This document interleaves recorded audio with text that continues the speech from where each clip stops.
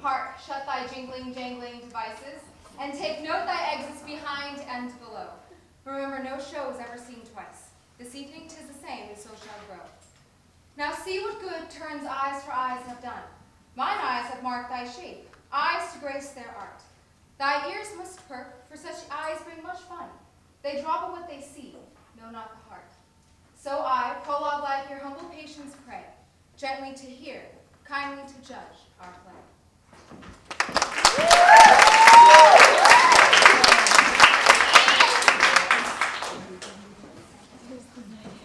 Now, fair Hippolyta, our nuptial hour draws on apace. 4 happy days bring in another moon, but oh, methinks how slow this old moon wanes.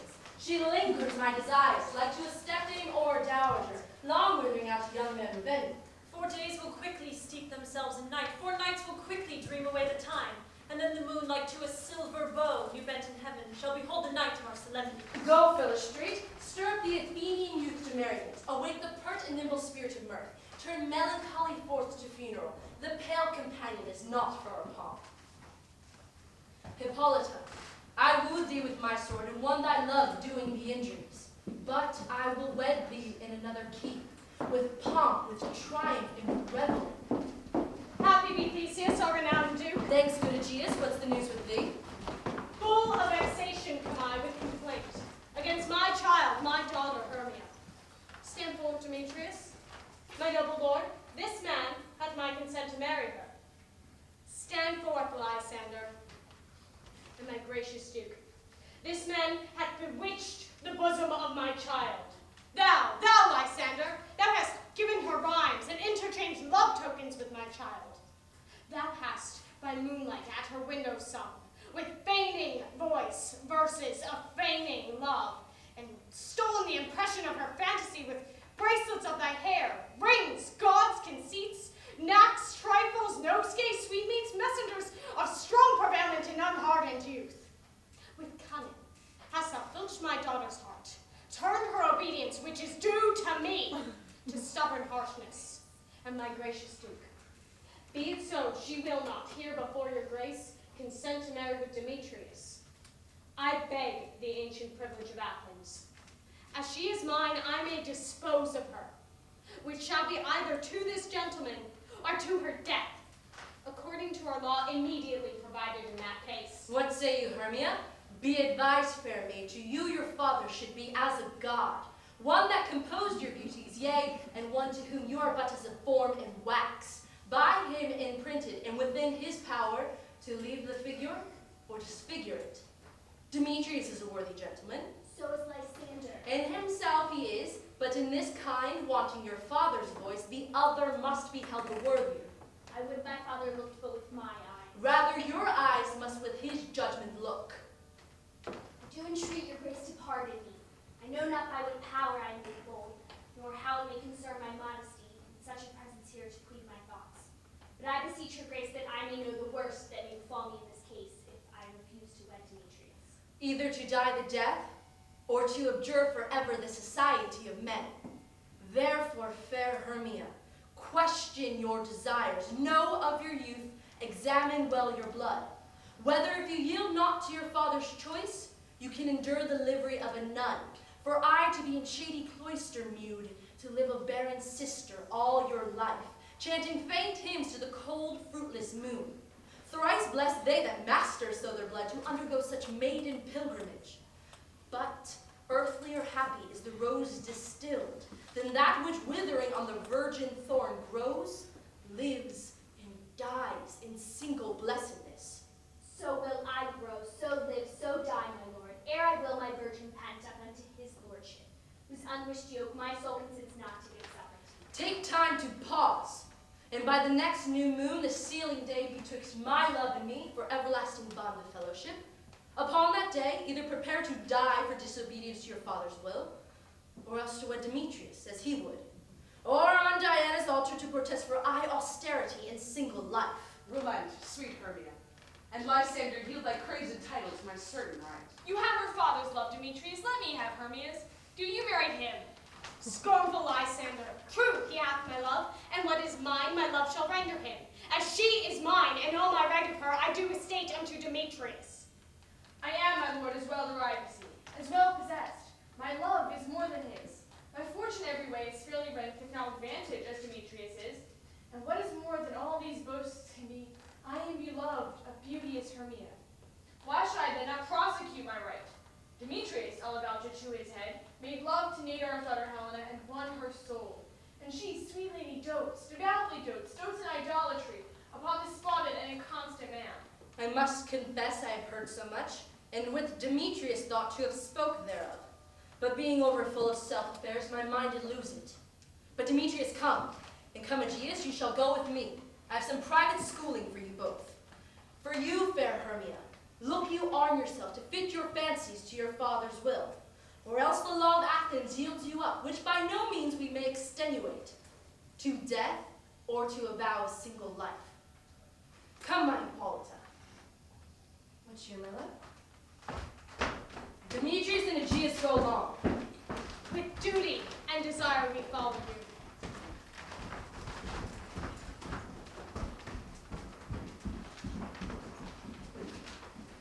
My love, why is your cheek so pale?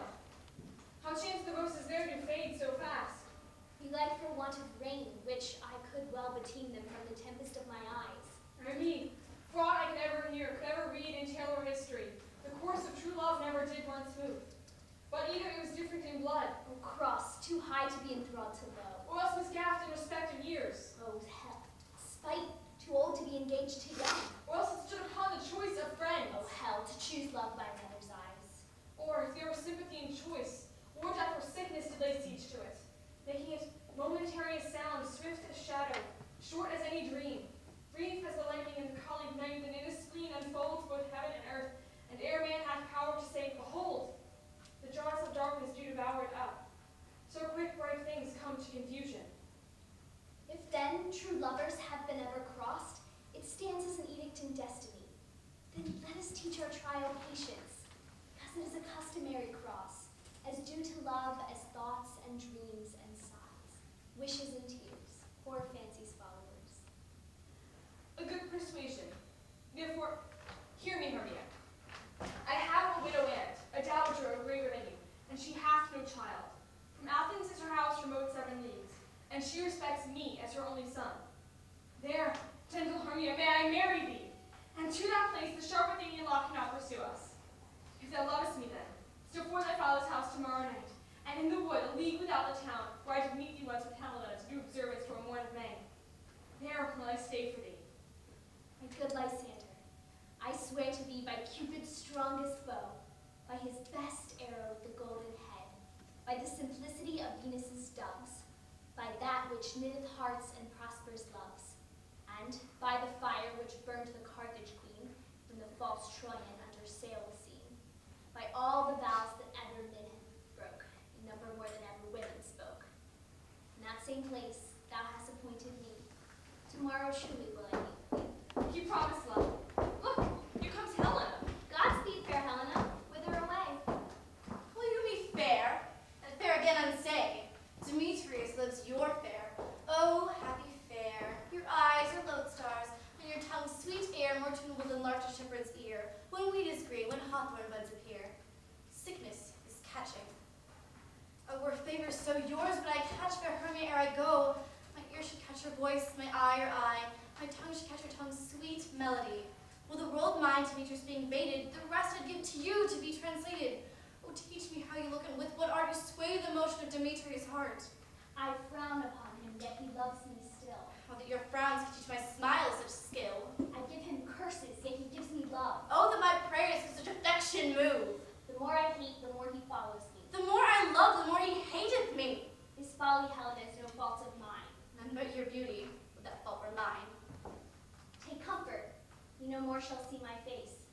Lysander and myself shall fly this place. Before the time I did Lysander see, seemed Athens as a paradise to me. Oh then, what graces in my love do dwell, that he hath turned a heaven unto a hell. Helena, to you our minds we will unfold. Tomorrow night when Phoebe doth behold her silver visage in the watery glass, decking with liquid pearl the bladed grass, a time when lovers' flight does still conceal, you Athens' gate we have devised to steal. And in the wood, where often you and I, upon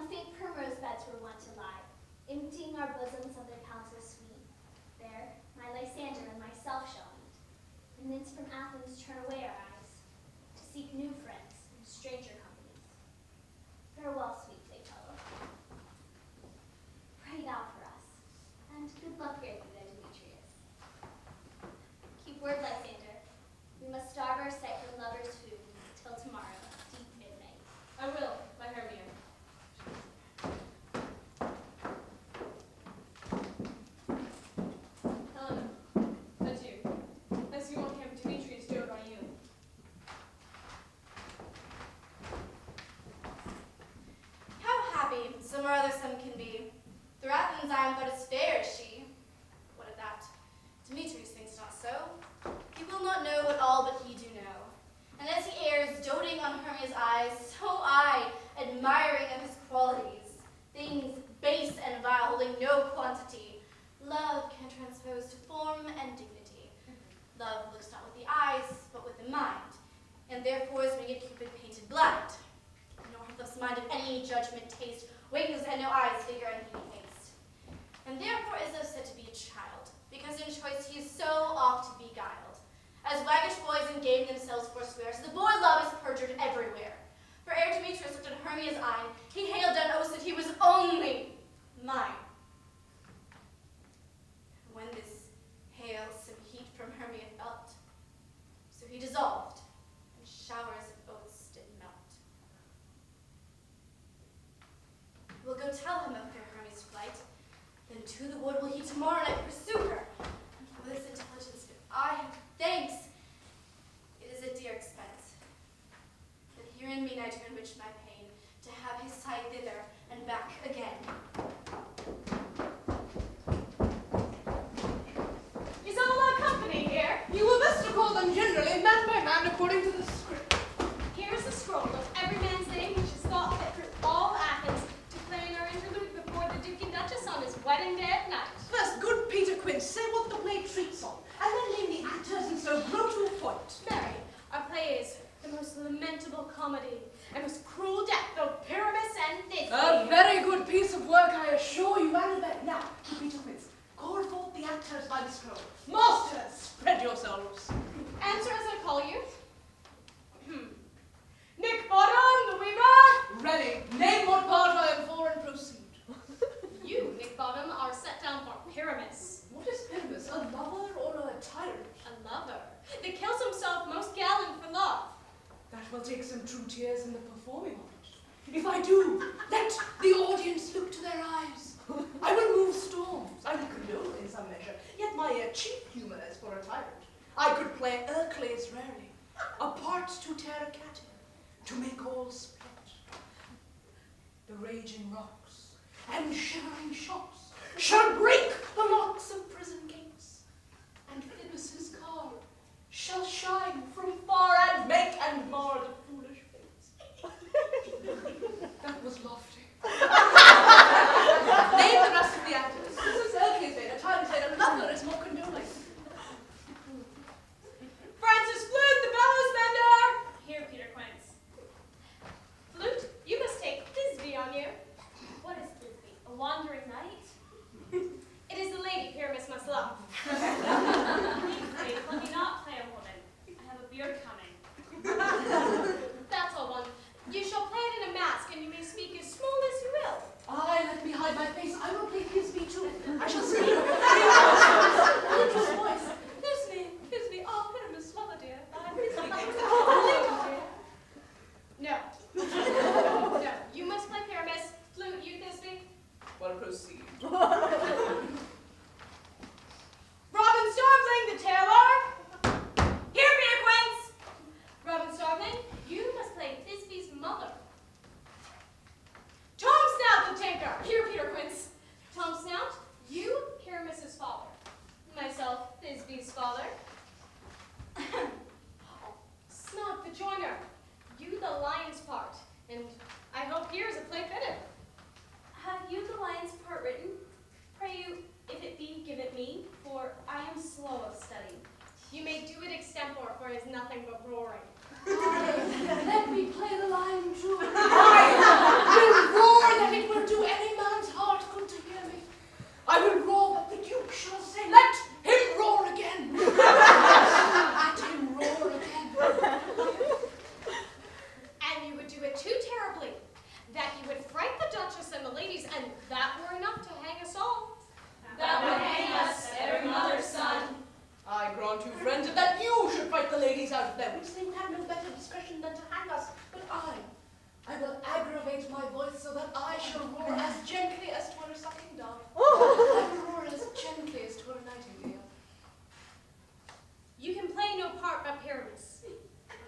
For Pyramus is a sweet-faced man, a most proper man as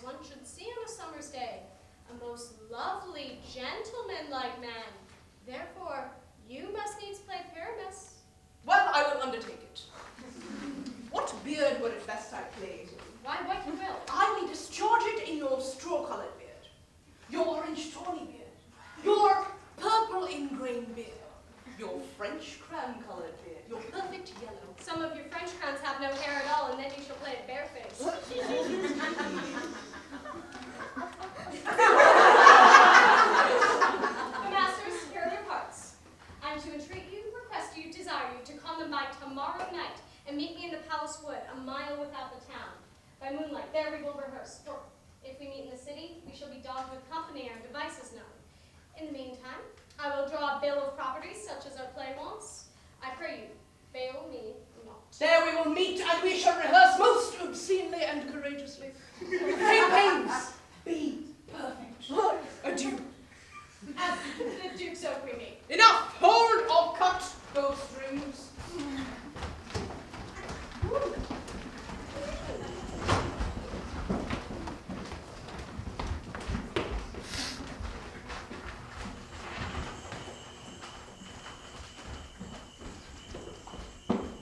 How now, spirit, whither wander you? Over hill, over dale, through bush, through briar, over park, over pale, through flood, through fire. I do wander everywhere, swifter than the moon's sphere, and I serve the fairy queen, to dew her orbs upon the green. The cowslips tall her pensioners be, in their gold coats spots you see. Those be rubies, fairy favors, in those freckles of our sabres. I must go seek dewdrops here, and hang a pearl in every cowslip's ear. Farewell, thou lob of spirits, I'll be gone. Our queen and all our elves come here anon. The king doth keep his revels here tonight. Take heed the queen come not within his sight. For Oberon is passing fell and wrath, because that she is her attendant hath. A lovely boy stolen from an Indian king. She never had so sweet a changeling. And jealous Oberon would have the child, knight of his train to trace the forest wild. But she perforce withholds the loved boy, crowns him with flowers, and makes small her joy. And now they never meet in grove or green, by fountain clear, spangled starlight sheen. But they do swear that all their elves for fear creep into acorn cups and hide them there. Either I mistake your shape and make inquiry, or else you are that shrewd and knavish sprite called Robin Goodfellow, and not you he that frights the maidens of the villagery, skim milk and sometimes labour in the kern, and bootless make the breathless housewife churn, and sometimes make the drink to bear no balm, mislead night wanderers, laughing at their harm. Those that hobgoblin call you and sweet puck, you do their work and they shall have good luck. I'm not you.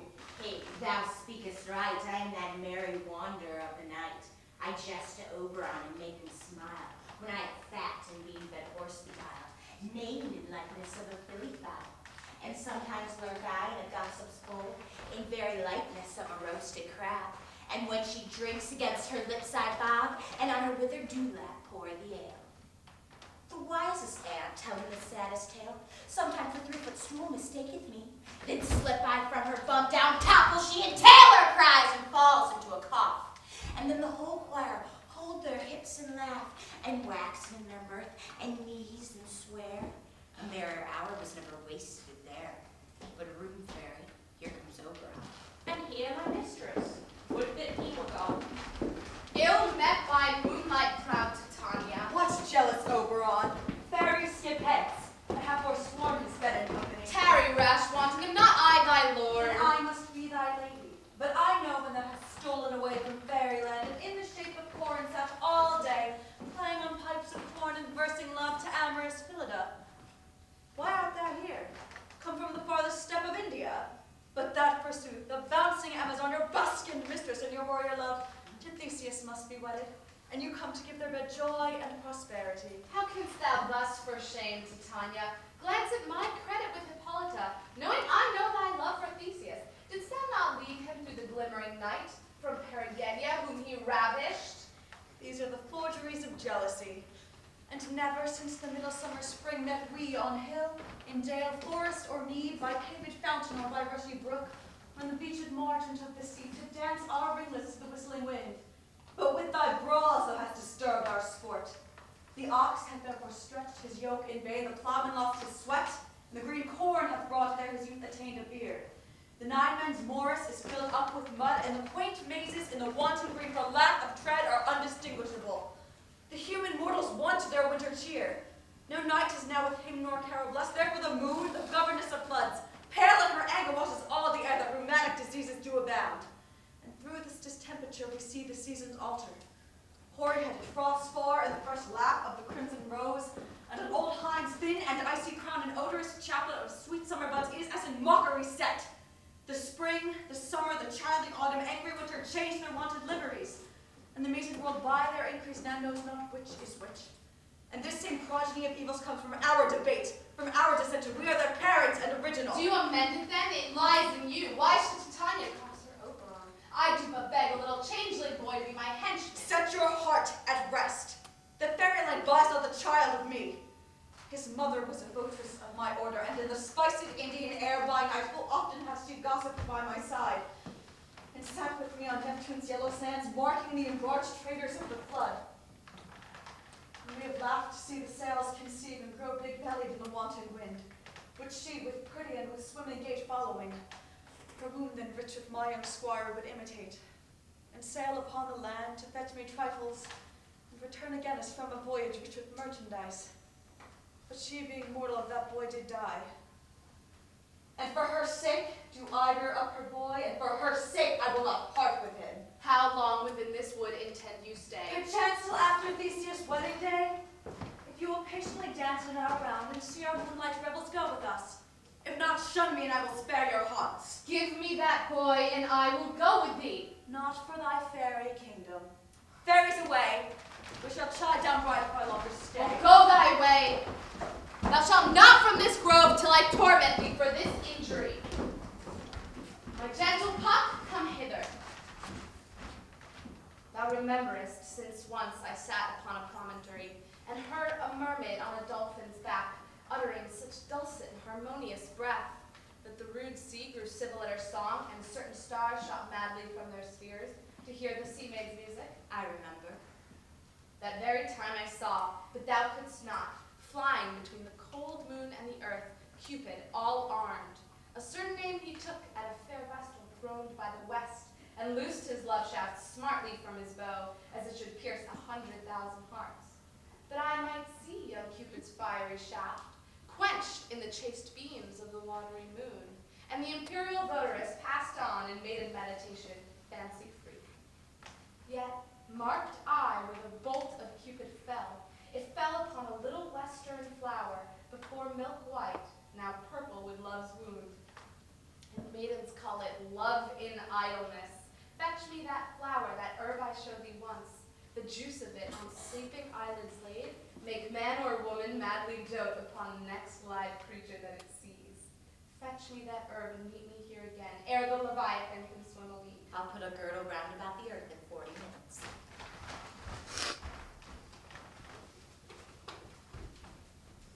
Having once this juice, I'll watch Titania when she is asleep, and drop the liquor of it in her eyes. The next thing she waking looks upon, be it lion, bear, or wolf, or bull, on meddling monkey or on busy ape, she shall pursue it with the soul of love.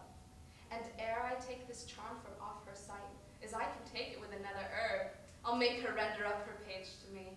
But who comes here? I'm invisible. I will overhear their conference. I love thee not, therefore pursue me not. Where's Lysander and fair Hermia? The one I'll slay, the other slayeth me. Thou told me they had stolen into this wood, and here am I, and wood within this wood, because I cannot meet my Hermia. Hence, get thee gone, and follow me no more. You draw me, you hard-hearted adamant, and if you draw not iron, for my heart is true as steel. Leave your power to draw, and I shall have no power to follow you. Do I entice you? Do I speak you fair? Or do I not in plainest truth tell you I do not nor I cannot love you? And even for that do I love you the more. I am your spaniel, Demetrius. The more you beat me, I will fawn on you. Use it as your spaniel. Spurn me, strike me, neglect me. Lose me. Only give me leave unworthy as I am to follow you. But where's your place, can I beg in your love? And yet a place of higher step with me than to be used as you would use your dog. Tempt not too much the hatred of my spirit, for I am sick when I do look on thee. And I am sick when I look not on you. You do impeach your modesty too much. To leave the city and commit yourself into the hands of one that loves you not. To trust the opportunity of night and ill counsel of a desert place with the rich worth of your virginity. Your virtue is my privilege, for that it is not night when I do see your face. Therefore I think I am not in the night. Nor does this wood like worlds of company, for you and my respect are all the world. Then how can it be said I am alone, when all the world is here to look on me? I'll run from thee and hide me in the breaks, and leave thee to the mercy of of the wild beasts. The wildest hath not such a heart as you. Run, Honeybell, the story shall be changed. Apollo flies, and Daphne holds a chase. The dove pursues the griffin. The mild hind makes speed to catch the tiger. Bootless speed when cowardice pursues and valor flies. I'll not stay thy questions. Let me go. Or if thou fallest, do not believe but that I shall do thee mischief in the wood. I, in the temple, in the town, in the field, you do me mischief. Fie, Demetrius, you wrong such a scandal of my sex. We cannot fight for love as men may do. We should be wooed, and we're not made to woo. Follow you, make a heaven of hell to die upon the hand I love so well. Fare thee well, nymph. Ere he do leave this grove, thou shalt fly him, and he shall seek thy love. Hast thou the flower there? Welcome, wanderer. Aye, there it is. I pray thee give me. I know a bank when the wild thyme blows, where ox slips and the nodding violet grows, quite over canopied with luscious woodbine, sweet musk roses and with egglet wine. There sleeps Titania some time of the night, lulled in these flowers with dances of delight. And there the snake throws her enameled skin, weed wide enough to wrap a fairy in, and with the juice of this, I'll streak her eyes and make her full of hateful fantasies. Take thou some of it, and seek through this grove. A sweet Athenian lady is in love with a disdainful youth. Anoint his eyes, but do it when the next thing he espies may be the lady. Thou shalt know the man by the Athenian garments he hath on. Affect it with some care, that he may prove more fond on her than she upon her love, and meet me here again ere the first cock crow. Fear not, my lord, your servant shall do so. Come now, around the London fairy song, then for the third part of it hence. Some kill cankers and the musk rose buds, some war with fear mice for their leathern wings and make my small love's coats, and some keep back the clamorous owl that nightly hoots and mothers at our quaint spirits. Sing me now asleep, then to your offices and let me rest.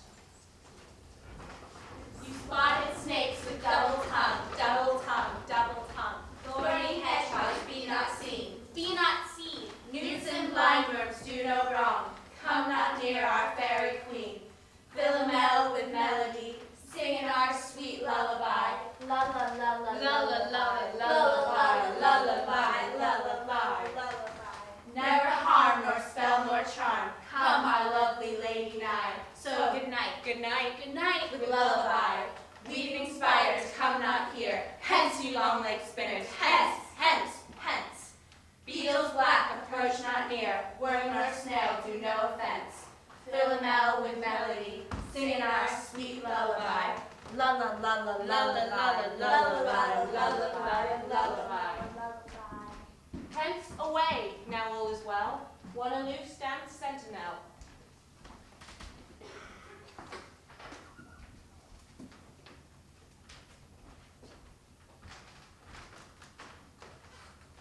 What thou seest, when thou dost wake, do it for thy true love take. Love and languish for his sake.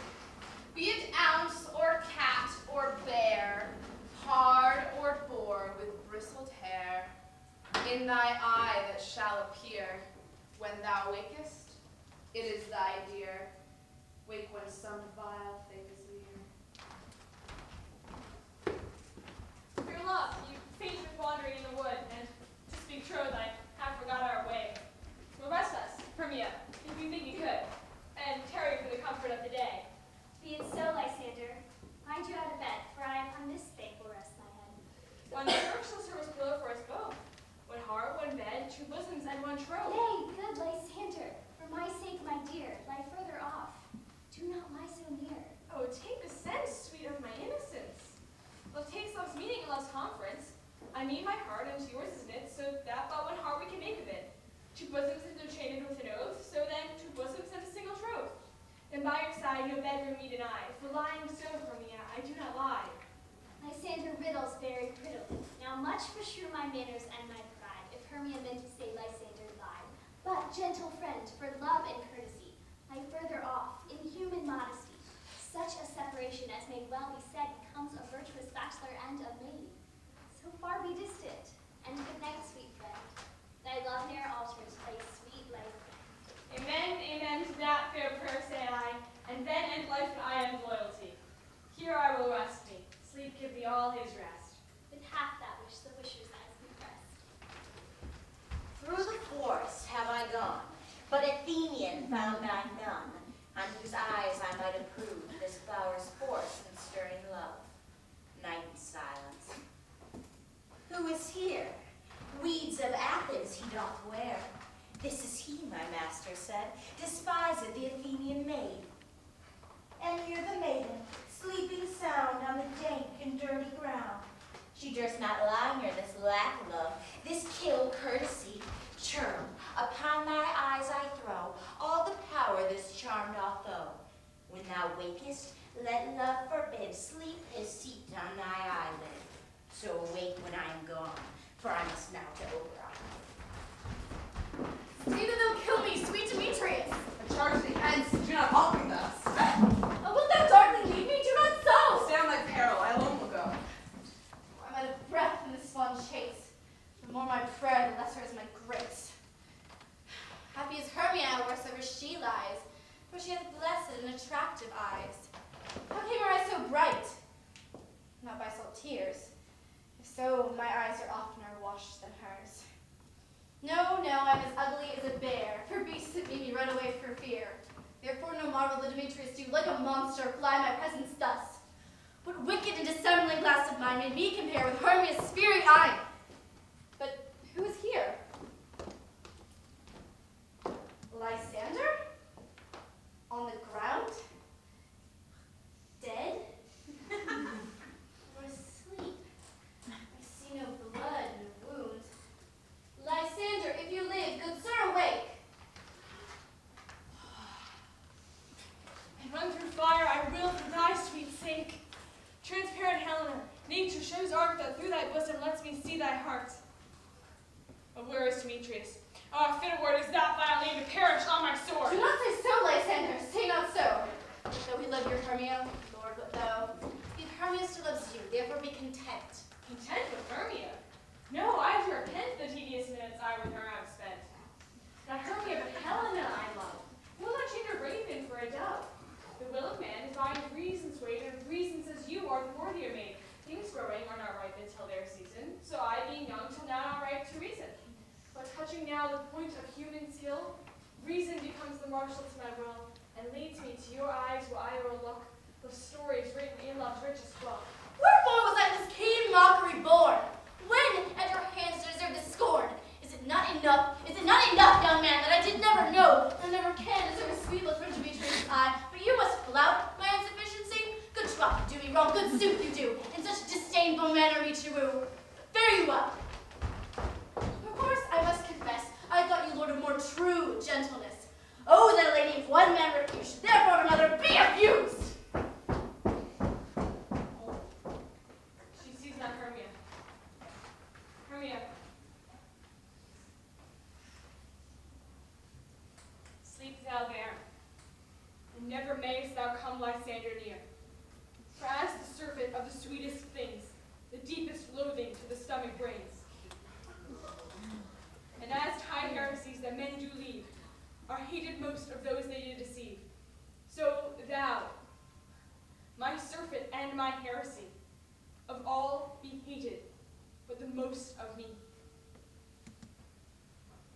With all my powers, address your love and might, to honor Helen and to be her knight. Help me, Lysander! Help me! Do thy best to put this crawling serpent from thy breast! I mean, for pity, what a dream was here. Lysander, look how I did quake with fear. He thought a serpent ate my heart away, and you sat smiling at his cruel prey.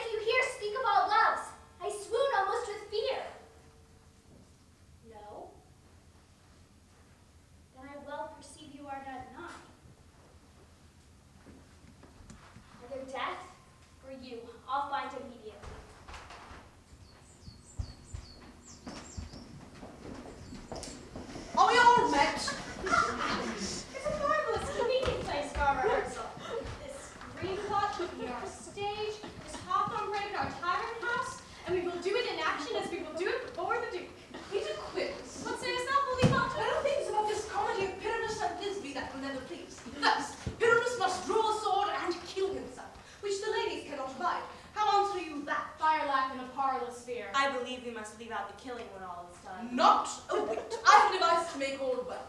Write me a prologue, and let that prologue seem to say that we mean no harm with our swords. And, for the better assurance, let them know that I, Pyramus, am not Pyramus, but Nick Bottom the Weaver, and that will put them out of figure. Well, we won't have such a prologue. It shall be written in 8 and 6. No, make it 2 more, let it be written in 8 and 8. Will not the ladies be afeard of the lion? I fear it, I promise you. Masters, we ought to consider among ourselves to bring in, God shield us, a lion amongst ladies. It is a most terrible thing, for there is no more fearful wildfowl than lion living, and we ought to look to it. Therefore, another prologue must tell that he is not a lion. No. Half his face must be seen through the lion's neck, and he himself must speak, saying thus, Ladies, fair ladies, I would wish you, I entreat you, not to fear, not to tremble. My life is yours. If you think I come here as a lion to have pity on my life, no, I am no such person. I'm a man as other men are. And then he must name himself and say he's snug to join him. Well, it shall be so. But there's 2 hard things. That is, to bring moonlight into the chamber, for Pyramus and Thisbe meet by moonlight. Doth the moon shine the night we play our play? Calendar, look in the almanac. Find out moonshine. Yes, it doth shine now. Well, then we will leave a casement of the window where we play open, and the moon may shine in at the casement. Aye, or else one must come in with bush of thorn and lanthorn, and say he comes to disfigure or to present moonshine. Then there is another thing. We must have a wall in the great chamber, for Pyramus and Thisbe, says the story, did talk through the chink of a wall. You can never bring in a wall. What say you, Bottom? Some man or the other must present war, and he must have some loam and rough cast about him to signify war, and he must hold his fingers thus, and through that Pyramus and Thisbe. That may be then all is well. Well, sit down. Everybody sit down. Yours to part. Pyramus, you begin. When you've spoken your speech, enter through that break. Everyone according to his cue. What hemping homespuns have we swaggering here? So near the cradle of the very queen. What? A play toward? I'll be an auditor, an actor too, perhaps, if I see cause. Speak, Pyramus. Thisbe, stand forth. This be the flowers of odious sailors sweet, odors, odor sailors sweet. So hath thy breath, my dearest, Thisbe dear. But hark, a voice. Stay thou but here a while, and I will to thee by and by appear. A stranger Pyramus that ever played here. Must I speak now? I, Mary, must you? For you must understand, he goes but to see a noise, and is to come again.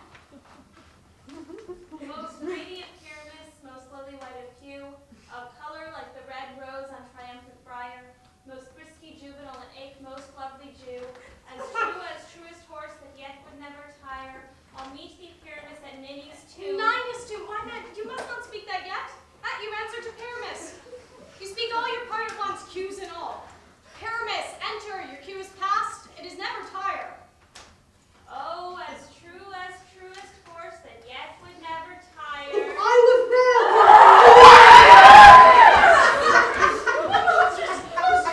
We're haunted! We're masters, fly masters! I'll follow you, I'll lead you about around, through bog, through bush, through brake, through briar. Sometime a horse I'll be, sometime a hound, a hog, a headless bear, sometime a fire, and neigh and bark and grunt and roar and burn like horse, hound, hog, bear, fire at every turn. Why do they run away? Oh, Bottom, thou art changed. What do I see on thee? What do you see? You see an aspen of Bless thee, Bottom, bless thee! Thou art translated!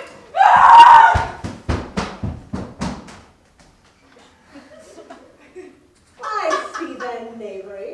This is to make an ass of me. Write me, impatient. While I will not stir from this place, I will walk up and down here, and I will sing, and they shall hear that I am not afraid.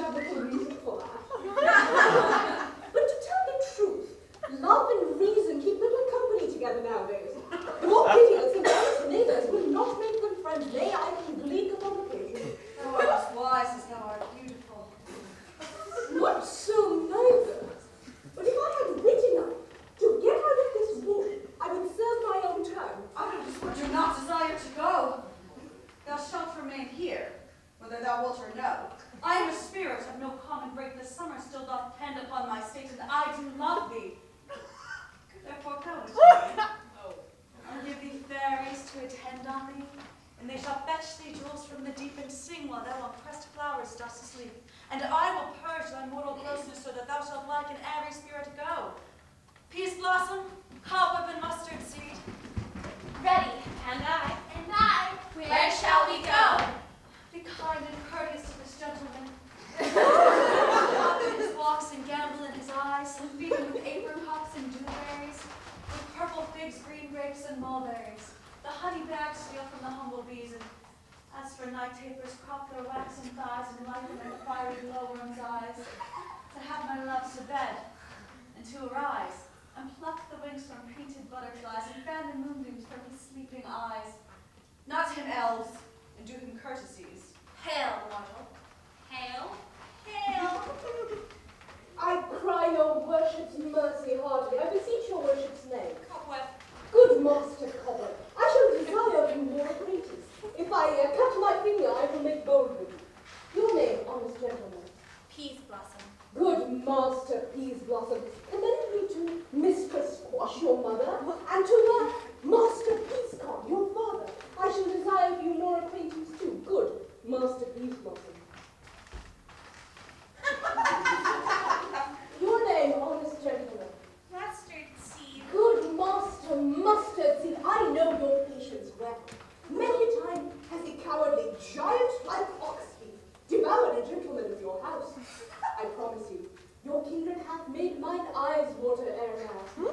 I shall desire from you too more acquaintance. Good Master Mustard Seed. Come, quick upon him.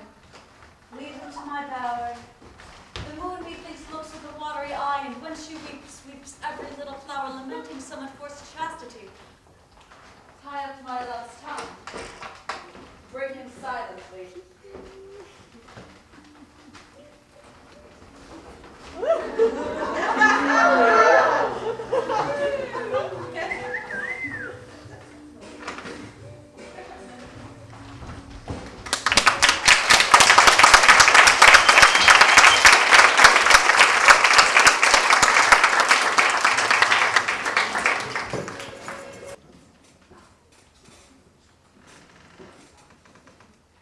I wonder if Titania be awaked. Then what it was that next came in her eye that she was stood on in extremity. How now, mad spirit, what night will now about this haunted grove? My mistress with a monster is in love, near to her close and consecrated bower, while she was in her dull and sleeping hour. A crew of hatches, rude mechanicals, that work for bread upon Athenian stalls, were met together to rehearse a play, intended for great Theseus' nuptial day. The shallowest thick skin of that barren sort, Pyramus presented in their sport, forsook his scene and entered in a break. When I did him a disadvantage take, an ass's knoll I fixed it on his head. Anon his Thisbe must be answered, and forth my mimic comes.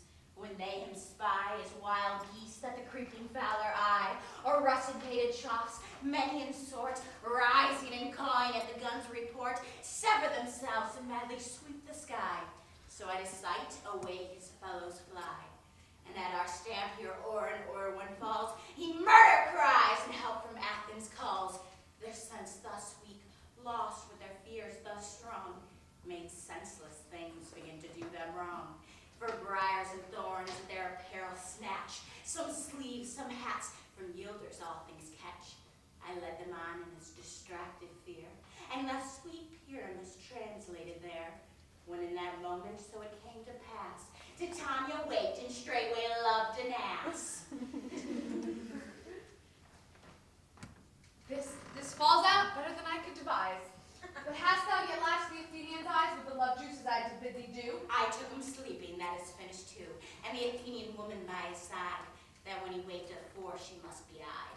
Stand close, this is the same Athenian. This is the woman, but not this the man. Or why rebuke you him that loves you so? Lay breath so bitter on your bitter foe. Now I but chide, but I should use thee worse. For thou, I fear, hast given me cause to curse. For thou hast slain Lysander in his sleep, being o'ershoes in blood, plunge in the deep and kill me too. The sun was not so true unto the day as he to me. Would he have stolen away from sleeping Hermia? I'll believe as soon this whole earth may be bored, and that the moon may through the center creep, and so displease her brother's noontide with antipodes. It cannot be that thou hast murdered him. So should a murderer look. and so should I, pierced through the heart with your stern cruelty.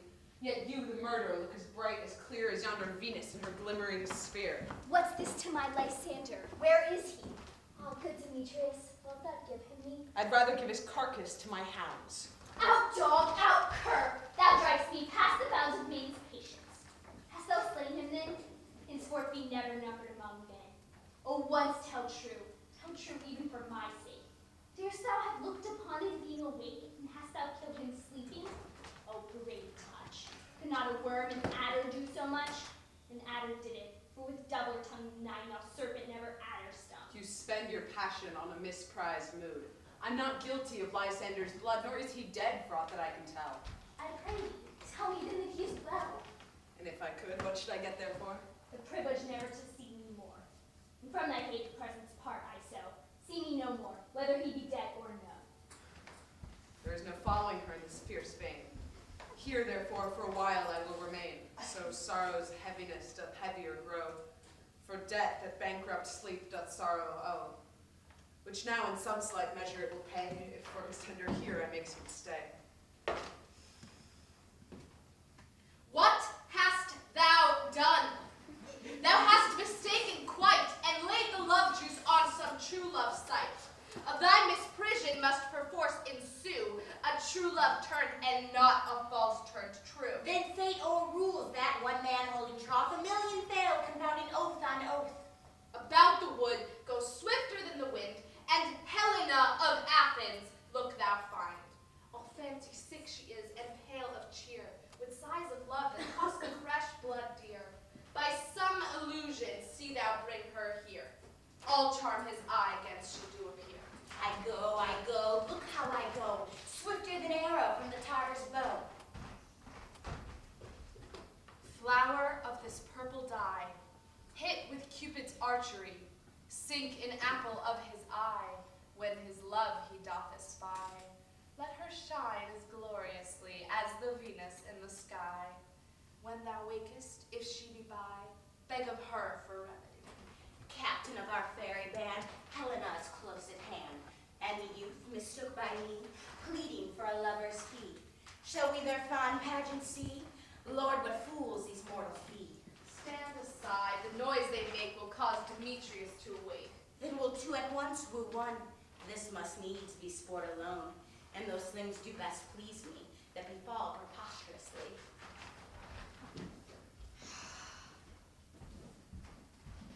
Why should you think that I should woo in scorn? Scorn and derision never come in tears.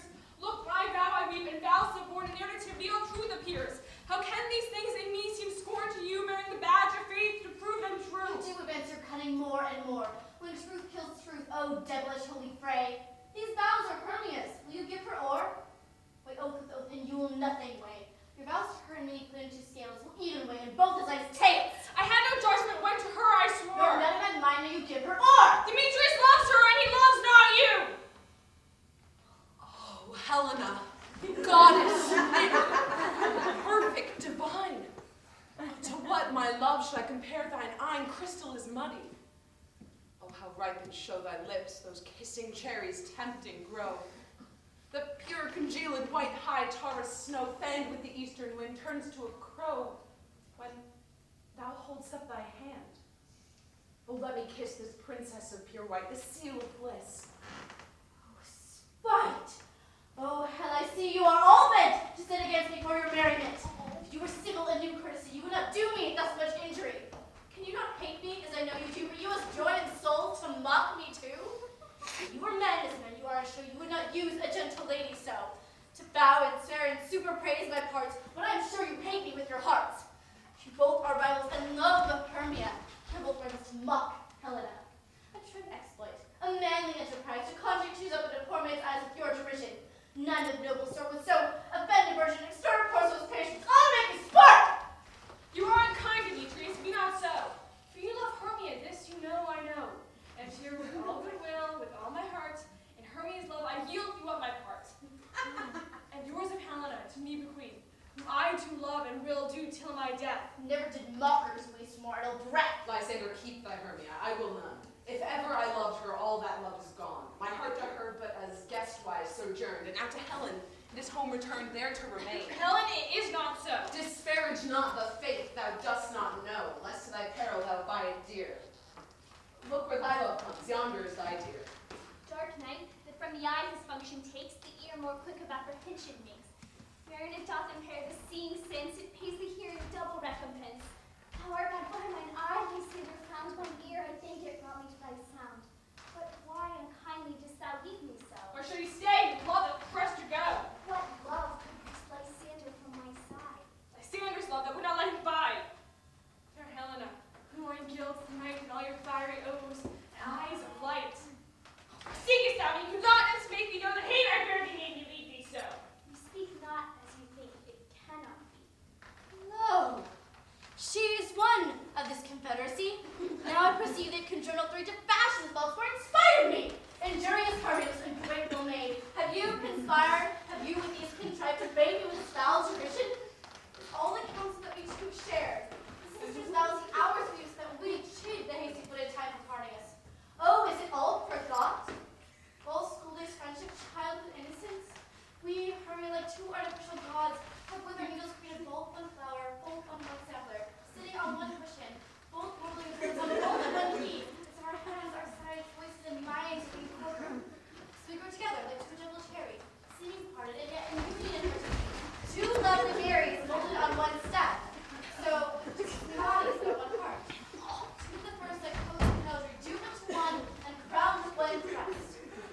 And will you rent our ancient love asunder to join with men in scorning your poor friend? It is not friendly, it is not maidenly. Our sex wills I may chide you for, though I alone do feel the injury. I am amazed at your passionate words. I scorn you not, it seems that you scorn me. Have you not set Lysander, as in scorn, to follow me and praise my eyes and face? And made your other love Demetrius, who even but now can spurn you with his foot, to call me goddess, nymph, divine and rare, precious, celestial. Wherefore speaks he this time her he hates? And wherefore doth Lysander deny your love so rich within his soul, and tender me, pursueth affection, but by your setting on, by your consent? What though I be not so in grace as you, so hung upon with love so fortunate, but miserable most to love unloved, this you should pity rather than despise. I understand not. What do you mean by this? I do persever. Counterfeit sad looks, make mouths coming when I turn my back. Wink at each other, hold the sweet jest up. This sport, well carried, shall be chronicled! If you have any pity, grace, or manners, you would not make me such an argument. Very well, 'tis partly my own fault, which death or absence soon shall remedy. Stay, gentle Helena, hear my excuse. My love, my life, my soul, fair Helena. Oh, excellent! Sweet, do not scorn her so. If she cannot entreat, I can compel. Thou canst compel no more than she entreat. Thy threats have no more strength than her weak prayers. Helena, I love thee. By my life I do. I swear by that which I will lose for the approving false that says I love thee not. I say I love thee more than he can do. Thou sayst so withdraw. Wait, come. Lysander, where do you tend all Away, eat you! No, great glue seems to take on as if you would follow, but yet come not. You are a tame man. Go. Oh, hang off, thou cat out of her! Foul thing, the loser, I will shake thee from me like a serpent. Why are you grown so rude? What change is this? Sweet love. I love out, trying to her out. Hated potion, lowly medicine, hates! Do you not jest? Yes, sooth, and so do you. Demetrius, I will keep my word with thee. I would I had your bond, for I perceive a weak bond holds you. I'll trust not your word. What, should I hurt her? Strike her? Kill her dead? Although I hate her, I'll not harm her so. What? Can you do me greater harm than hate? Hate me? Therefore. Oh me, what news, my love? Not I, Hermia? Or not you, Lysander? I am as fair now as I was erewhile. Since night you loved me, yet since night you left me. Why, then you left me. Oh, the gods forbid, in earnest, shall I say? I, by my life, never did desire to see thee more. Therefore be out of hope, of doubt, of question. Be certain, nothing truer, 'tis no jest, that I do hate thee, and love Helena. Oh me, you juggler, you canker blossom, you thief of love! What, you come by night and stolen my love's heart from him? Fine in faith. Have you no modesty? No maiden shame, no touch of bashfulness? What, will you tear impatient answers from my gentle tongue? Fie, I buy you counterfeit, you puppet, you. Puppet? Why so? And that way goes the game. Now I perceive that she hath been compared between our statures. She hath urged her height, and with her personage, her tall personage, her height, forsooth, she hath prevailed with him. And are you grown so high in his esteem, because I am so dwarfish and so low? How low am I, thou painted maypole, speak! How low am I? I am not yet so low but that my nails can reach unto thine eyes! Pray that you mock me, gentlemen, let her not hurt me. I was never cursed. I am no gift at all for shrewishness. I am a right maid for my cowardice. Let her not strike me. You perhaps may think I can match her because she is something lower than myself. Lower, hark again! Hermia, do not be so bitter with me. I evermore did love you, Hermia, to ever keep your counsel and never wronged you. Save that, in love unto Demetrius, I told him of your stealth into this wood. He followed you. For love, I followed him. But he hath chid me hence, and threatened me to strike me, spur me, nay, to kill me too. Now see, you will let me quiet go to Athens, where I bear my folly back, and follow you no further. Let me go. You see how simple and how fond I am. Why, get you gone. Who is it that hinders you? Foolish heart, that I leave here behind.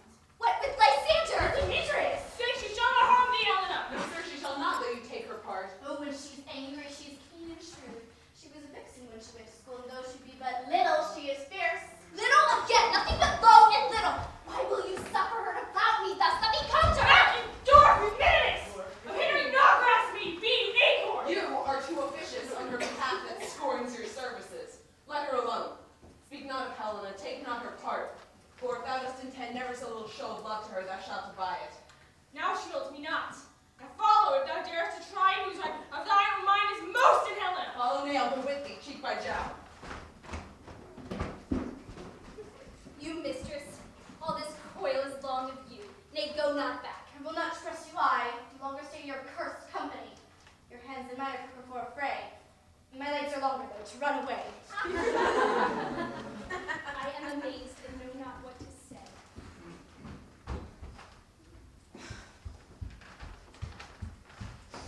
This is thy negligence. Still thou mistakest, or else committest thy knaveries willfully. Believe me, King of Shadows, I mistook. Did not you tell me I would know the man by the Athenian garments he had on? And so far blameless proves my enterprise. I anointed an Athenian's eyes. And so far am I glad it so did sort. For this their jangling night seems sport. Thou seest these rivals seek a place to fight. Hide therefore, Robin, overcast the night. The starry welkin cover thou anon, with drooping fog as black as Acheron, and lead these testy rivals so astray as one come not within another's way.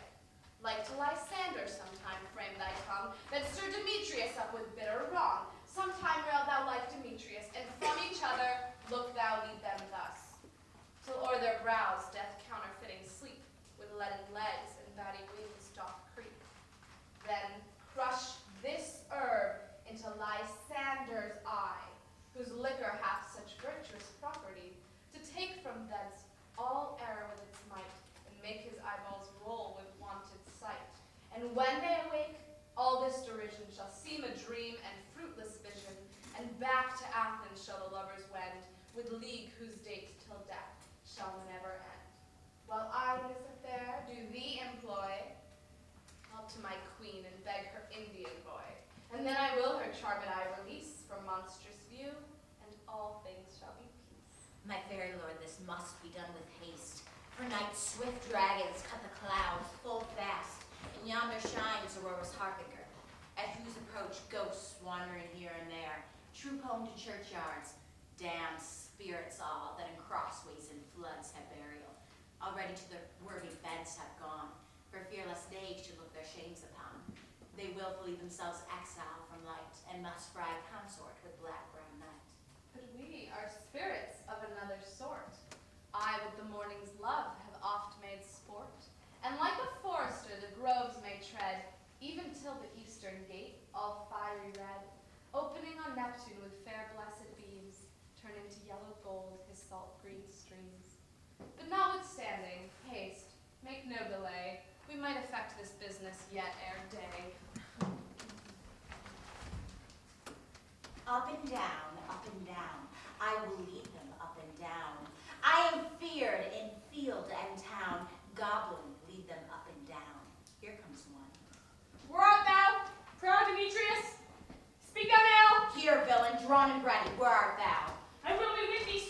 Follow me then to plainer ground.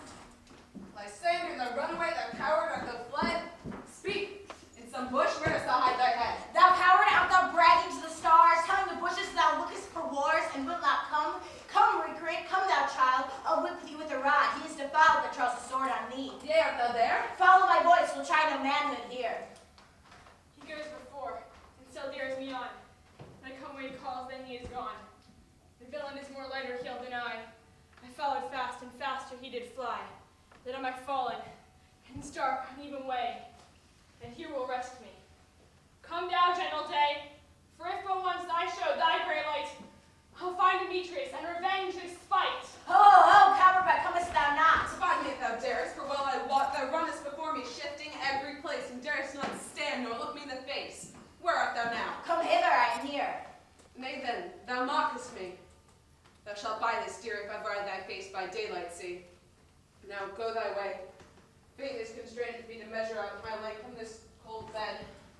My day's approach look to be visited. A weary night, a long and tedious night, abate thy hour. Shine comforts from the east, that I may back to Athens from these that my poor company detest. And sleep, which sometimes shuts up sorrow's eye, steal me a while from mine own company.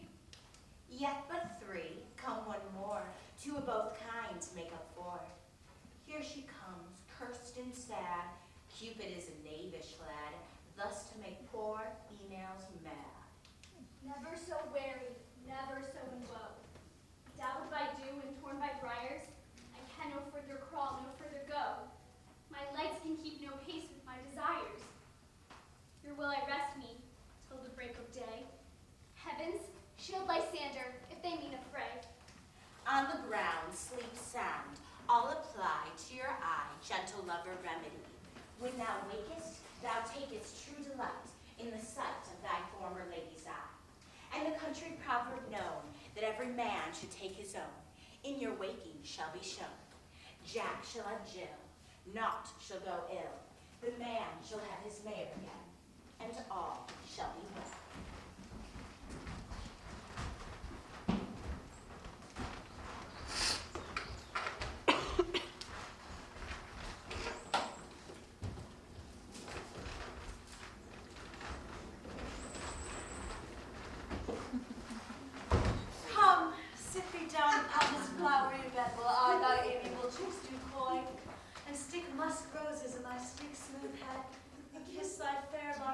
My gentle joy. Please, Blossom. Ready. Scratch my head, please, Blossom. With Monsieur Cobble. Ready. Monsieur Cobble, good Monsieur, get you your weapons and fetch me a red-hipped humblebee on top of the thistle. And, good Monsieur, bring me the honey bag. Do not fret yourself too much in the action, good Monsieur. And, good Monsieur, take care that the honey bag break not. I would be loath to have you come out with the honey bag.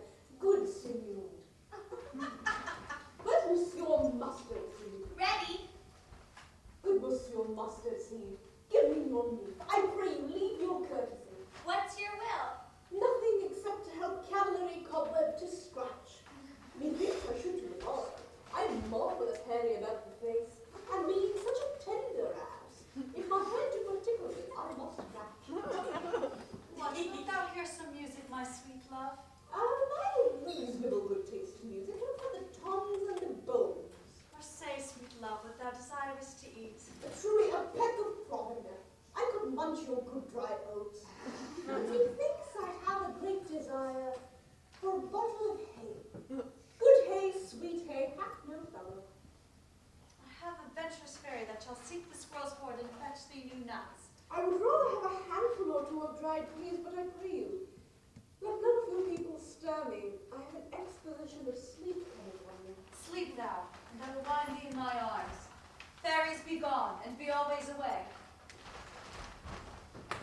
So doth the woodbine, the sweet honeysuckle deadly and twisty. The female ivy so enrings the barky fingers of the elm. Oh, how I love thee, how I dote on thee. Welcome, good Robin. Seest thou this sweet sight? Her dotage now I do begin to pity, for meeting her of late behind the wood, seeking sweet favors from this hateful fool, I did upbraid her and fall out with her. For she, his hairy temples then had rounded with a coronet of fresh and fragrant flowers. And that same dew, which sometime on the buds was wont to swell like round and orient pearls, stood now within the pretty floweret's eyes like tears that did their own disgrace bewail. When I had at my pleasure taunted her, and she in mild terms begged my patience, I then did ask of her changeling child, which straight she gave me, and her fairy sent to bear him to my bower in fairyland. Now I have the boy, I will undo this hateful imperfection of her eyes. And gentle Puck, take this transformed scalp from off the head of this Athenian swain, that he, awaking when the others do, may all to Athens back again repair, and think no more of this night's accidents, but as the fierce vexation of a dream. But first I will release the fairy queen. Be as thou was wont to be, see as thou was wont to see. Dian's bud, or Cupid's flower, hath such force and blessed power. Now, Titania, wake you, my sweet queen. My Oberon, what visions have I seen? You thought I was an arrogant ass. There lies your love. Need I say more? How came these things to pass? Oh, how mine eyes do loathe this visit now. Silence a while. Puck, take off this head.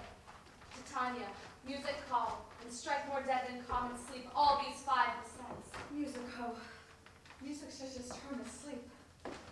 Now, when thou wakest, with thine own fool's eyes peep. Come, my queen, take hands with me, and rock the ground whereon these sleepers be. Now thou and I are new in amity, and will tomorrow, midnight solemnly, dance in Duke Theseus' house triumphantly, and bless it to all fair prosperity. And there shall the pairs of faithful lovers be, wedded with Theseus, all in jollity. Fairy king, attend and mark, I do hear the morning lark. Come, my queen, in silence sad, trip we after the night's shade. We the globe can compass soon, swifter than the wandering moon. Come, my lord, and in our flight, tell me how it came this night, that I sleeping here was found with these mortals on the ground. Go, Philostrate, find out the forester. For now our observation is performed, and since we have the labor of the day, my love shall hear the music of my house. Uncouple in the western valley, let them go. Dispatch, I say, and find the forester. We will, fair queen, up to the mountain's top, and mark the musical confusion of hounds and echo in conjunction. I was with Hercules and Cadmus once, when in a wood of Crete they bade the bear and hounds of Sparta. Never did I hear such gallant chiding. For besides the groves, the skies, the fountains, every region near seemed all one mutual cry. I never heard so musical a discord, such sweet thunder. My hounds are bred out of the Spartan kind, so flued, so sanded, and their heads are hung with ears that sweep away the morning dew. Crook-kneed and dew-lapped like the Salian bull, slow in pursuit, but matched in mouth like bells, each under each. A cry more tunable was never hollered to, nor cheered with horn, in Crete, in Sparta, nor in Thessaly, judge when you hear. But soft, what hymns are these? My lord, this is my daughter here asleep. This Lysander. This Demetrius is. This Helena. Old Neater's Helena. I wonder if they're being here together. No doubt they rose up early to observe the rite of May, and hearing our intent, came and graced our solemnity. But speak, Aegeus, is not this the day that Hermia should give answer of her choice? It is, my lord. Go bid the huntsmen wake them with their horns. Good morrow, friends. Saint Valentine is past. We give these woodwards but to couple now. Pardon, my lord? I pray you all stand up. I know you two are rival enemies. How comes this gentle concord in the world, where hatred is so far from jealousy, to sleep by hate and fear no enmity? My lord, I shall reclaim easily, half sleep, half waking, but as yet I swear I cannot truly say how I came here. But as I think, for truly would I speak, and now I do think me, so it is.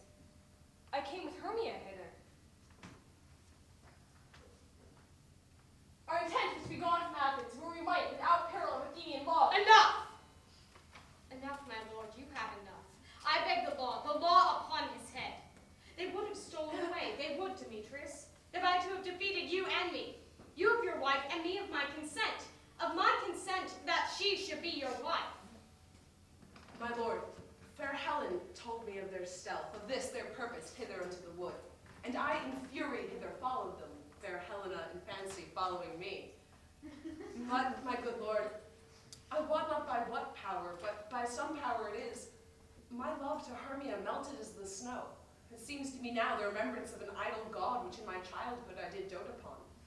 And all the faith, the virtue of my heart, the object and pleasure of my eye is only Helena.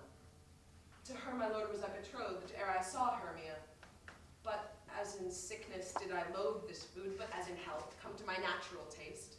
And now I do wish it, love it, long for it, and will evermore be true to it. Fair lovers, you are fortunately met. Of this discourse more we will hear anon. Aegeus, I will overbear your will. For in the temple by and by with us, these couples shall eternally be knit. And for the morning now is something worn, our purposed huntings shall be set aside. Away with us to Athens, 3 and 3, will hold a feast in great solemnity. Come, my Hippolyta. These things seem small and indistinguishable. Methinks I see these things with parted eyes, but everything seems double. So methinks, and I have unto Demetrius like a jewel, mine own and not mine own. Are you sure that you're awake? It seems to me that yet we sleep, we dream. Do you not think the Duke was here? Yea, and my father. And Hippolyta. And he did bid us follow to the temple. Why then we are awake. Let us go with him. And by the way, let us recount our dreams.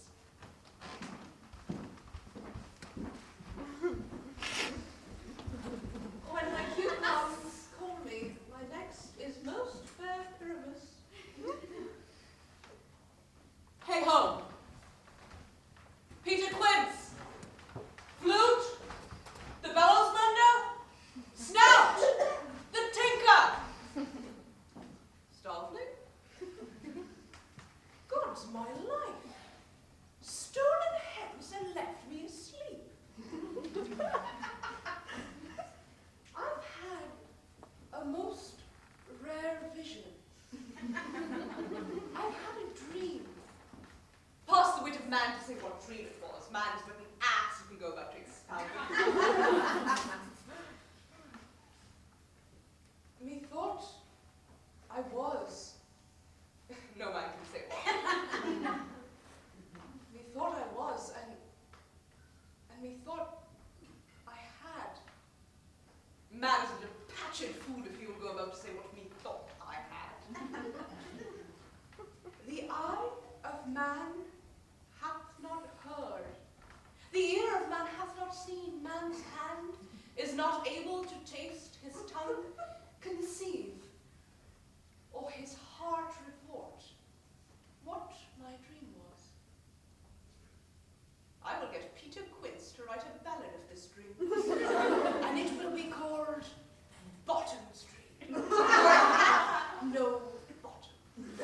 And I will perform it at the end of the play before the Duke, or to make it the more gracious, I shall perform it at her death.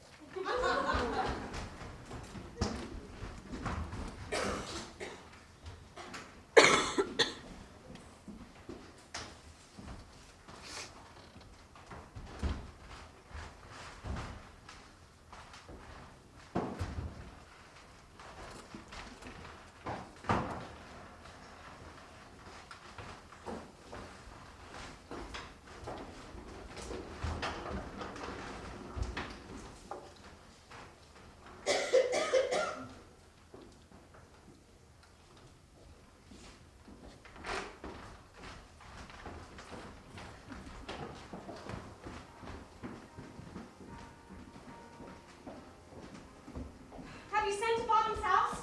Has he come home yet? He cannot be heard of. Out of doubt he is transported. If he come not, then the play is marred. Who goes not forward, doth it? It is not possible. You've not a man in all Athens able to discharge Pyramus by thee. No, he is simply the best wit of any handicraft man in Athens. Yeah, even the best person too. He's very paramour for a sweet voice. You must say paragon. A paramour is doubtless as if not.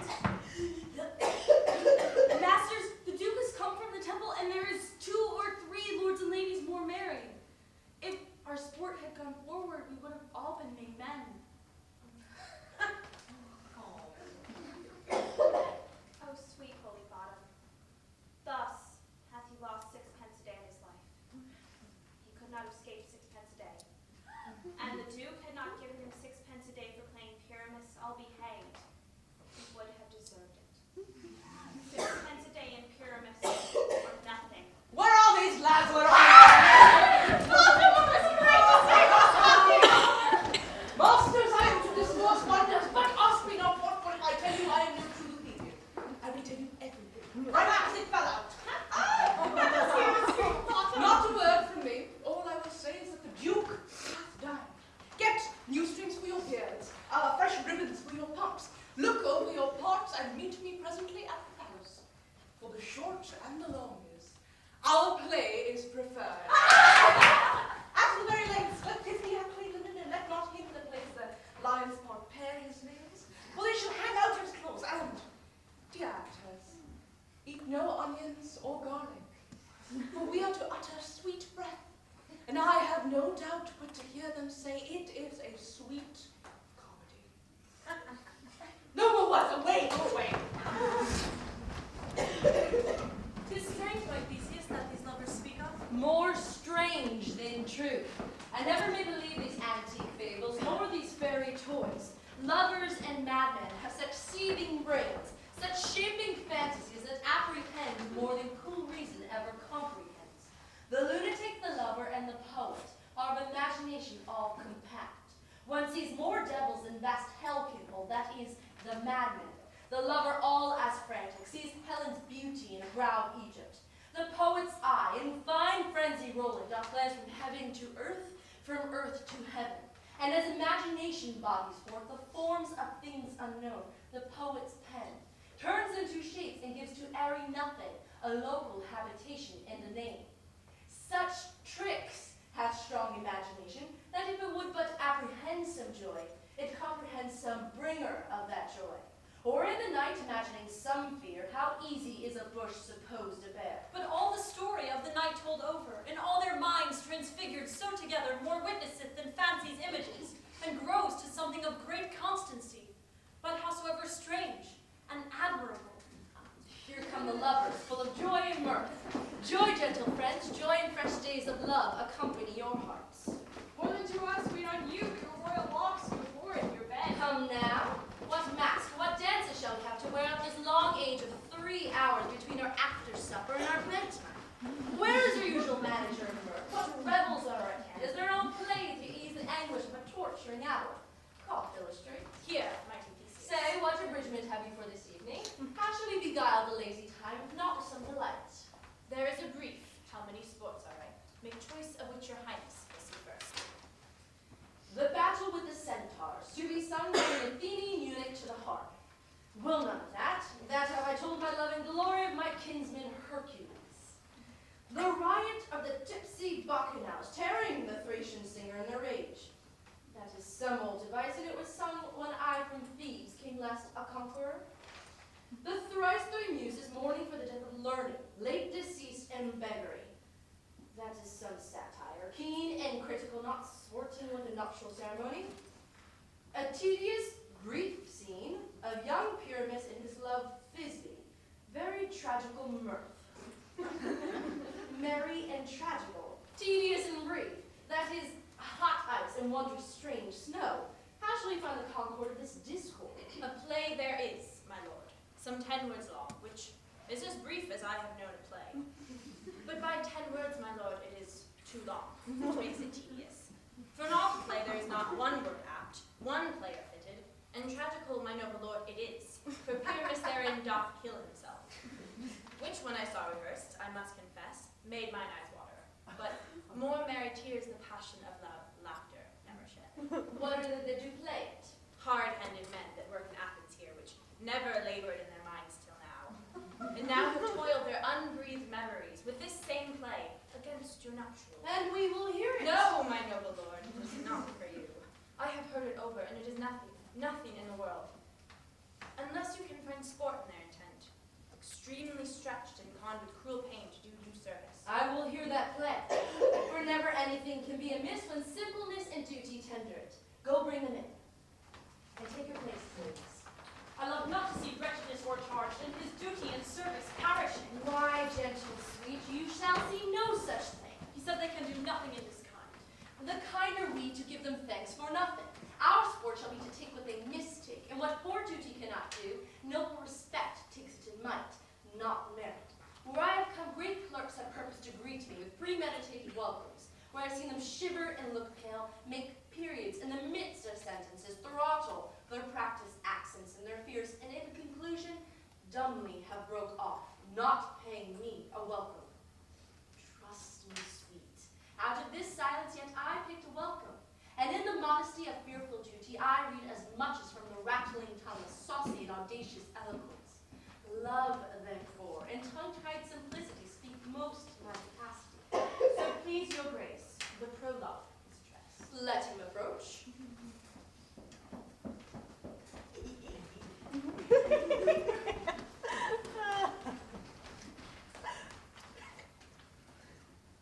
If we offend, it is with our goodwill that you should think we come not to offend, but with goodwill.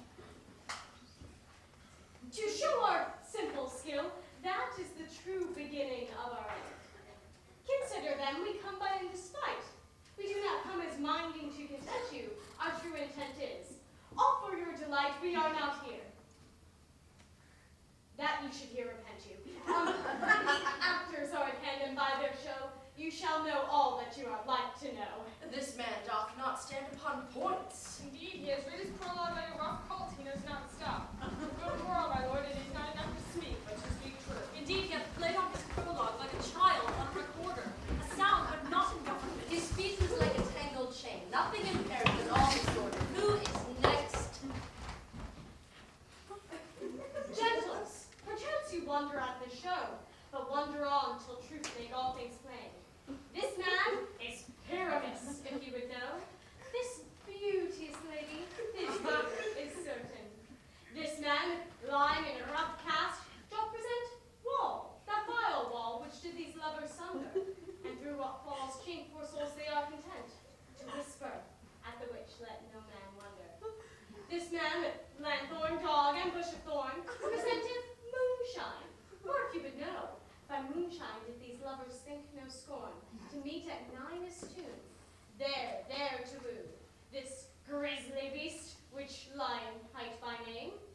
The trusty Thisbe, coming first by night, did scare away, or rather did affright, and as she fled, her mantle she did fall, which lion, vile with bloody mouth did stain. Anon comes Pyramus, sweet youth and tall, and finds his trusty Thisbe's mantle slain, whereat, with bloody, blameful blade, he bravely broached his boiling, bloody breast. And Thisbe, tarrying in mulberry shade, his dagger drew, and died. For all the rest, let lion, moonshine, wall, and lovers twain, at large discourse, while here they do remain. I wonder if the lion be to speak. No wonder, my lord, what lion may when many asses do.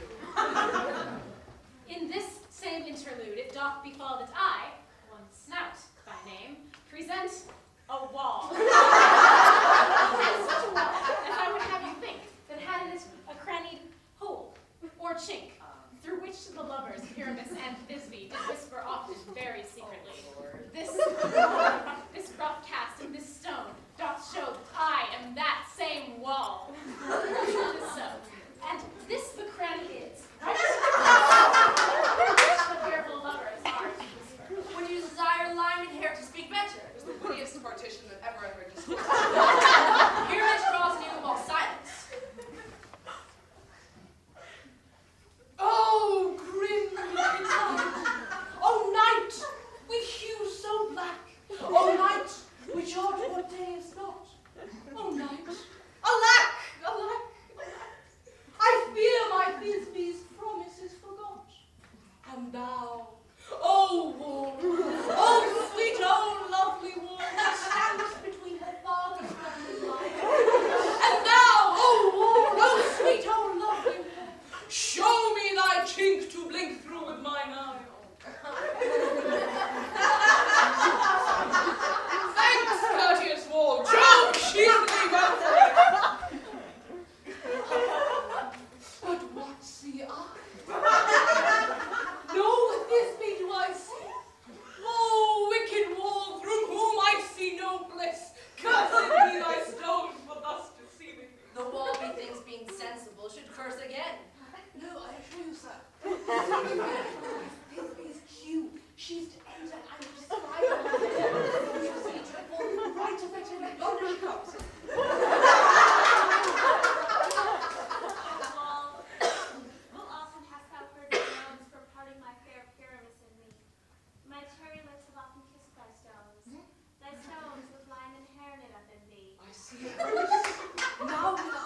chink to spy, and I can hear my Thisbe's face. Thisbe! My love, thou art. My love, I think. Think what thou wilt, I am thy lover's grace, and like Lymander, I am trusty still. And I like Helen till the fates me kill. Not chapelet to Procrus was so true.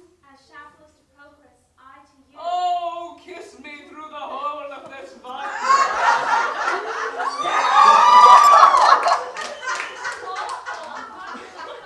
Wilt thou at least to meet me straight away? Time left, time death.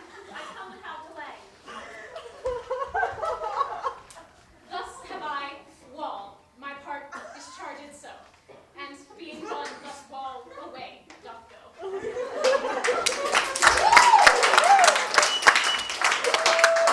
the silliest stuff that ever I heard.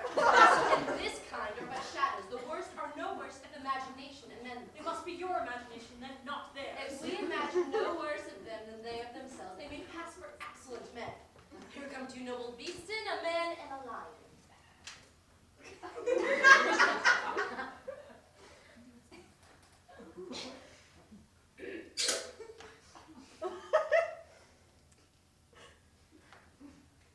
You, ladies, you, whose gentle hearts do fear this smallest monstrous mouse that creeps on floor, may not perchance both quake and tremble here, when I in rough and wildest rage doth roar. Then know that I, once snug the joiner, am a lion fell, or else no lion's dam. For if I should as lion come in strife into this place, 'twere pity on my life. A very gentle beast of a good conscience. Very best of the beast, my lord, that ever I saw. Indeed, the lion is a very fox of his valor. True, and a goose for his discretion. Not so, my lord, for his valor cannot carry his discretion, and the fox carries the goose. His discretion, I am sure, cannot carry his valor, for the goose carries not the fox. It is well, leave it to his discretion, let us listen to the moon. This lantern doth horned moon He present. should have worn horns on his head. He is no crescent, and his horns are invisible within the circumference. This lantern doth horned moon present. I myself, a man in the moon, do seem to be. This is the greatest error of all the rest. The man should be put into the lanthorn. How is it else the man in the moon? He dares not come there for the candle, you see, it's already in snuff. I'm aweary of this moon, what he would change. By his small light of discretion, he is in the wane. But yet in courtesy and all reason, we must stay the time. Proceed, moon. All I have to say is to tell you that this lantern in the moon, I the man in the moon, this thorn bush my thorn bush, this dog my dog. Well, now all these should be in the lantern, for all these are in the moon. Silence, here comes Thisbe. This is Minnie's tune. Where is my love? Well run, Thisbe. Well shown moon. Truly the moon shines with a good grace. Well, mouse tonight? And so the lion vanished. And then came Pyramus. Sweet moon, I thank thee for thy sunny beams. I thank thee, moon, for now shining so bright. For by thy gracious glittering golden gleams, I trust to take of truest Thisbe sight. But stay, oh spite, but mark, the light, what dreadful dole is here. Eyes, do you see? How can this be? Oh, dainty duck. Thy mantle good, what? Stained with blood. Approach, ye furies fell. Come, fates, come, cut thread and row. Quail crush, conclude and quell. This passion, the death of a dear friend, would go near to make a man look sad. Beshrew my heart, but I pity the man. Nature, wherefore didst thou lion claim? For lion vile hath here deflowered my dear. Who is?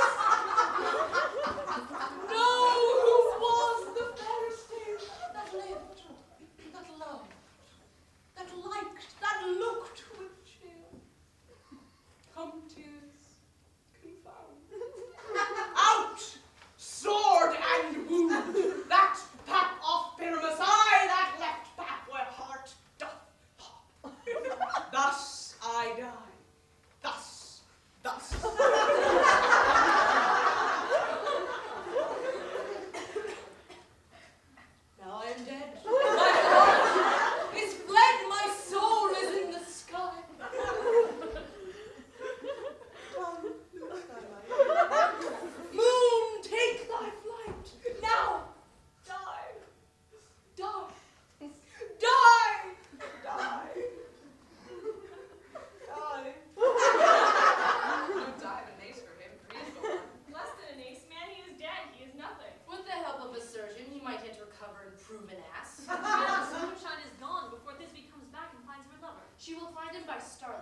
here she comes, and her passion ends the play. Methinks she should not use a long one for such a Pyramus. I hope she will be brief. I hope we'll turn the balance, which Pyramus, which Thisbe is the better.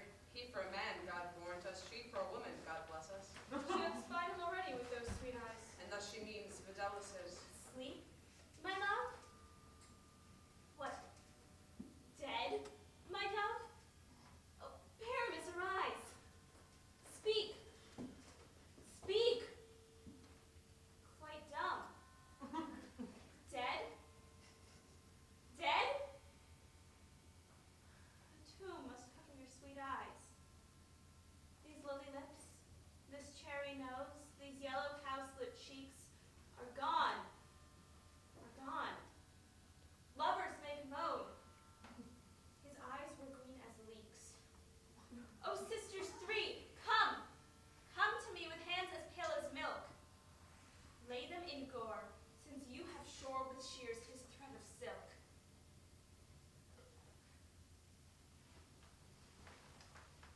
Tongue, not a word. Come, trusty sword. Come, blade, my breast imbrue. And farewell, friends. Thus Thisbe ends. Adieu. Adieu. Adieu.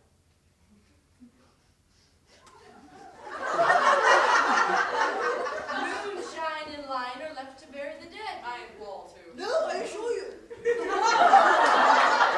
Down and down to their father's mercy. Would it please you to hear an epilogue or to see a bergamot dance between two of them? No epilogue, I pray. There needs no excuse, never excuse, for when the players are all dead, there needs none to be blamed. Marry, if he that writted had played Pyramus and hanged himself at Thisbe's garter, it would have been a fine tragedy. And so it is truly and very notably discharged. But come your bergamask, let your epilogue alone.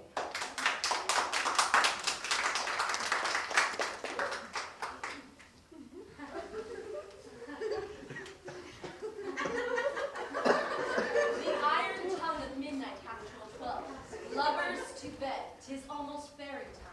I fear we shall not sleep the coming morn as much as we this night have overwatched. This palpable gross play hath well beguiled the heavy gate of night. A fortnight will leave this solemnity in nightly revels and jollity.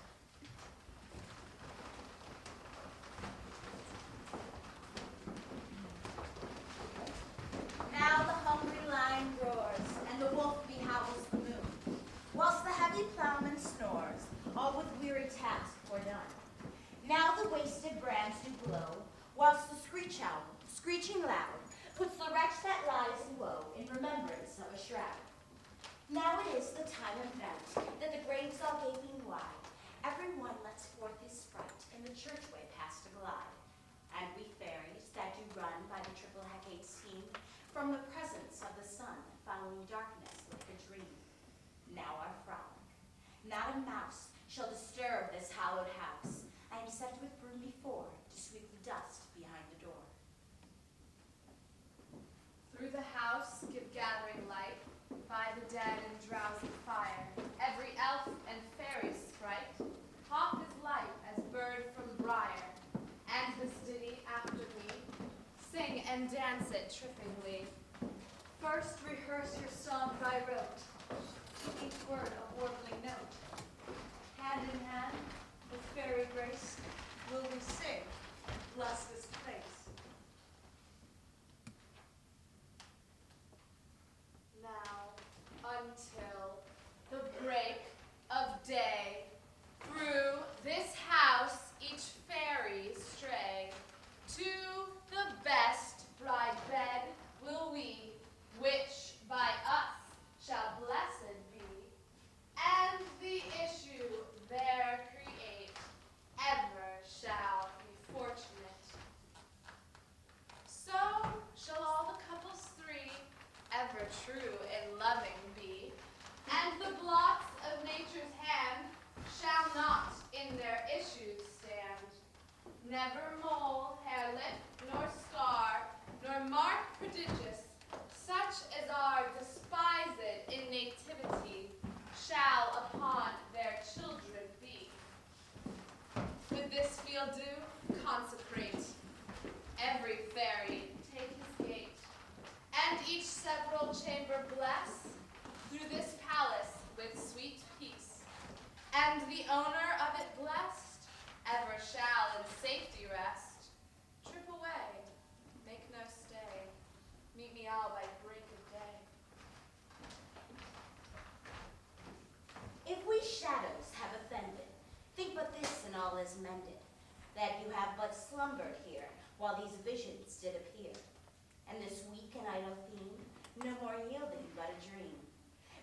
do not reprehend.